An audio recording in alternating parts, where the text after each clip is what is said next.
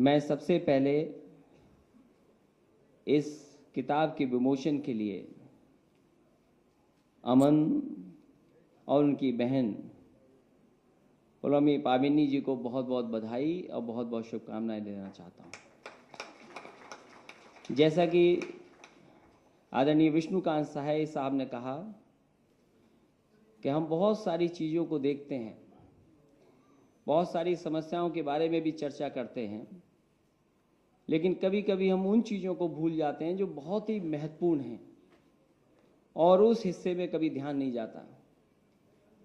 आज बच्चों के लिए कुछ सोचना और उन बच्चों के लिए जो अनाथशाला में रह रहे हैं, मैं समझता हूँ आज का दिन का सबसे महत्वपूर्ण काम यही है कि जो जानकारी आपने न केवल हम लोगों तक पहुँचाई है, सरकार तक पहुँचाई है, बल्कि आम लोगों तक ये जानकारी पहुँचाने का काम किया। इसके लिए दोनों लोगों को मैं बहुत बधाई और शुभकामनाएं देना चाहता हूँ। हम तमाम तरक्की करें, सड़कें बना दें, बिजली का इंतज़ाम कर दें और भी सुविधाएं दे दें, लेकिन बड़ी संख्या में अगर हम बच्चों का भविष्य न सुधार पाए तो मैं समझता हूँ हमारा देश और हमारा समाज मजबूत नहीं हो सकता। क्योंकि बच्चे हमारे जो हैं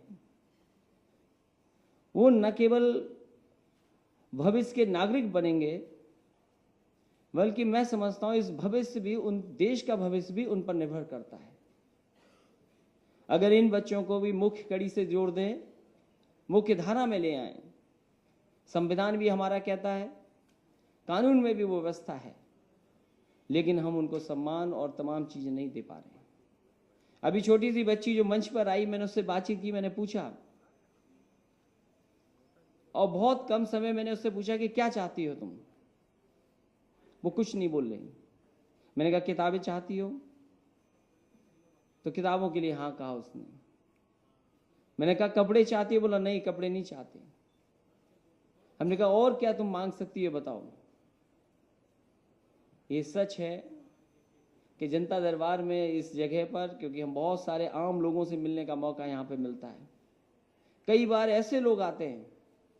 एक गरीब लड़की आई कुशीनगर से, मुझसे मिली। मैंने पूछा कि आचार संहिता लिखने वाली ये बताओ क्या चाहती हो सरकार से। वो विकलांग थी और मैंने सबके सामने कह दिया, अधिकारी भी थे उस समय।